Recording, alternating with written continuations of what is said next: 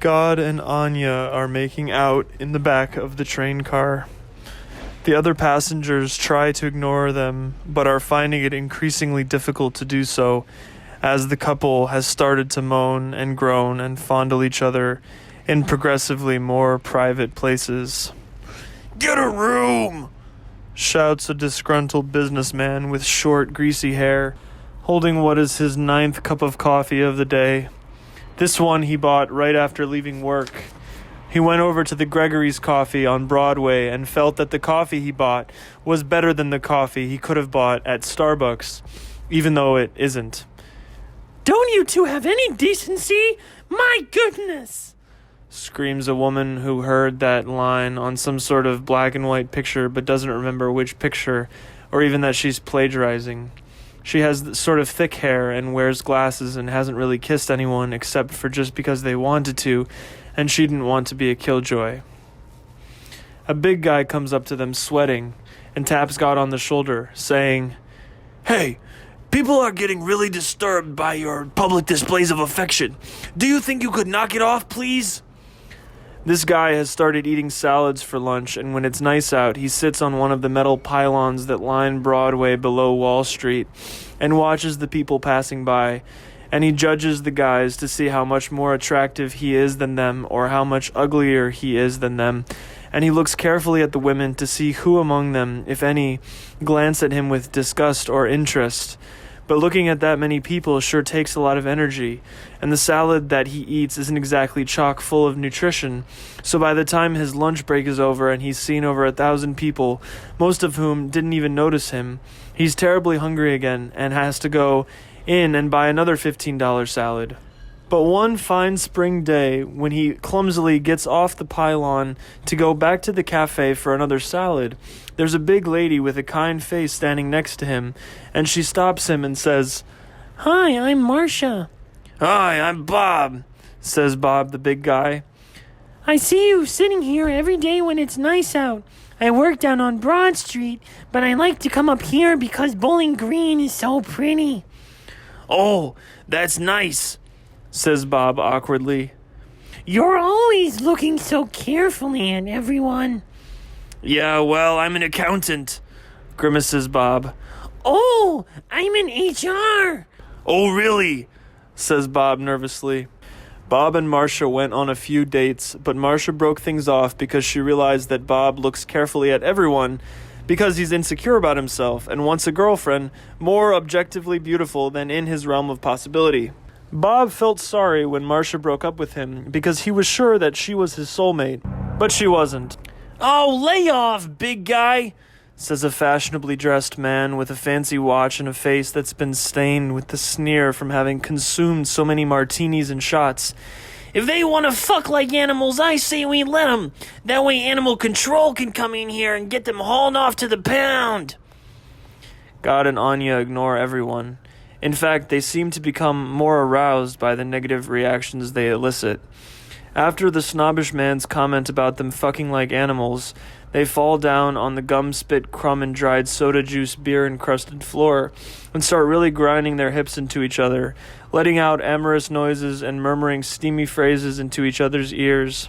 Some of the people on the train actually enjoy the couple's lovemaking, whether they're just perverts who think Anya's hot and like to watch her get off, or hippies who believe in free love, or anarcho-punks who like their disregard for convention, or hopeless romantics who are reminded of their own love, either lost or waiting at home for them in sexy lingerie. They watch God and Anya out of their corner of their eyes and smile to themselves. It's a busy train, this being rush hour, which makes this whole charade even more incredible, and I certainly don't expect you to believe it. I'm writing this scene for other reasons than journalism, rest assured, but it's up to you to discern my intentions. Finally, just before 34th Street, Herald Square, God finally pulls out his dick from his pants and puts Anya down on her stomach and pulls down her pants and makes her stick her hips up, and he slips his cock into her pussy. Now, I don't approve of this parlance, mark my words, and I know that you don't either, regardless of whether you yourself use them in your personal life. They're just foul words. I don't use them lightly. I use them to make from them an example and a warning. But I understand if you're not ready to understand me. Anyway, Anya screams, "Oh, yes, yes, God, fuck me, oh, yes." and God says, "Yeah, you like it when I stick my big cock into your little pussy?" And they fuck for about 20 seconds and flail around and scream all sorts of obscenities. And then the intercom comes on and says, "This is 34th Street, Herald Square. Transfer available to the B, D, F, M, N, Q, and W trains. Transfer available to the New Jersey Transit." At which point they get up and God puts away his erect penis and Anya pulls up her pants and they both speak in unison to the passengers. This was a free performance of our avant-garde show, When Columns Talk. We hope you enjoyed and we look forward to seeing you on another R train. Thank you. Nobody on board claps because they're not into avant-garde art like that, but a few of them seem amused. The rest of them look very disturbed, angry, confused, horrified, or some combination of these. Nobody says anything for a while, but then some big guy with a neon construction helmet says, "Oh, fuck off, both of you!" This man has 2 kids at home and wants a third, but his biggest dream is to own a car, not so he can skip traffic, because traffic is a given when you live in New York, but so he can listen to his own music over his own speakers while he sits in traffic. He hates homeless people and calls them all bums, and thinks all of them are lying pieces of shit addicts. He's worked since he was 15, so he thinks that everyone should just quit whining and get a job. He voted for that presidential candidate whom even his wife admitted was awful. God and Anya scamper off the train, laughing heartily. The B, D, F, and M trains arrive at a different platform than the N, Q, R, and W trains, so they walk through the station until they come up to the yellow line behind which someone should stand if they want to avoid getting killed by a train. Every year, more than 20 people deliberately step over the fading yellow line with the intention of being killed by a train. God and Anya laugh at this thought, watching the rats run around the tracks, and Anya looks up at God and sees him looking extra solid amid the crush of customers all squirming about in agitation, waiting for their trains or climbing up or down the stairs. There's some sort of loud crashing coming from somewhere that's either construction or someone hitting some sort of drum. "God?" says Anya. "Yes, Anya." "Have you ever had a pet before?" "Well, no, my family did, but not me, no." "Well, but then you know what I'm talking about. See, my family had a cat, a nice one with a bunch of different colors, and her name was Victoria, and we had her for a few years, and then we noticed that she was getting awfully lousy, so we figured that she had lost her purpose in life. So we decided to bring her to the shelter so she could see if she liked any of the males there. She wasn't spayed, see? Well, she did, a black one with these striking eyes and a gentle laugh about him. So we brought him home and named him Solomon. And within a few weeks, Victoria was pregnant. And within a few months, we had a bunch of tiny little pink kittens in the house. And they were so cute. Anyway, so the tiny kittens grew into regular-sized kittens, and they had all sorts of fun peeing everywhere. Well, so there was this one kitten who stood out from all the rest, and we called him Carlos, and he stood out because he was so smart.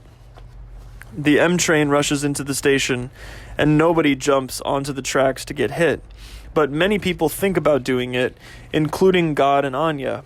Why doesn't anybody jump off the tracks?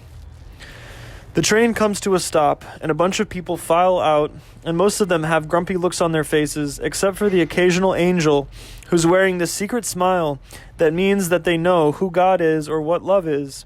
And one of these people comes by God and Anya, and she's this mother with an infant strapped to her chest.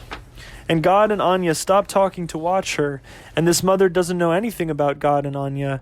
She doesn't know that they were just having sex as part of an experimental performance art piece on the R train, but she sees that they wear similar subtle, playful grins about them as she. So she nods to them and tries to restrain herself from laughing, even though she knows that it'd be perfectly acceptable to laugh right now. God and Anya step onto the train, and God says, "So, what happened with this special kitten, Carlos?" Anya looks up at him with shining eyes, grateful that he was paying attention and wants her to continue. "Yes, well, Carlos was special because he was so smart. He figured out basically how to speak human body language in just a year or so, and then he was so friendly, and he always gave the best cuddles. Anyway, so in time, I grew very close with Carlos, And eventually he taught me how to speak cat language. And one day, "What's that?" says God, laughing. "He taught you how to speak cat language? What do you mean?" "What do you mean, what do I mean? You've never heard of someone learning to speak cat language before? But you expect people to believe that you're God? What's up with that?" "Okay, fair point. Continue. It's just that I actually have never heard of anyone learning to speak cat language before." "Well, I've never met God before, so there's a first time for everything, huh?" "I guess so. Anyway, continue. I didn't mean to interrupt you." "Well, so Carlos taught me how to speak cat language, and then one day I overheard him having a conversation with his mother, and this is why I'm telling you all this. He said, 'Mom, why are these humans our masters? Why can't we just be free? Or why can't we be their masters?' And Victoria said, 'Well, sweetie, you see, we didn't choose to be cats, did we?' And Carlos shook his head. And Victoria continued, 'See, this is just how the universe is structured. Humans take care of us smaller animals, like cats and dogs and fish and frogs and bunnies and ferrets. And in exchange, we give them our love and affection. There's a balance of gratitude between us. The humans are grateful for our love and that they can have someone to take care of. And we're grateful that we have a reliable source of food and that we can cuddle up with someone warm.'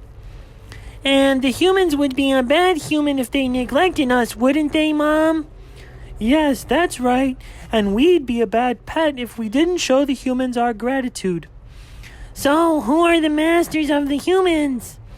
"Well," said Victoria, laughing, "that's a good question. I suppose I'd say that one answer is that the humans are their own masters because they grow their own food and take care of themselves. But then I'd have to say that really, God is everyone's master, including ours.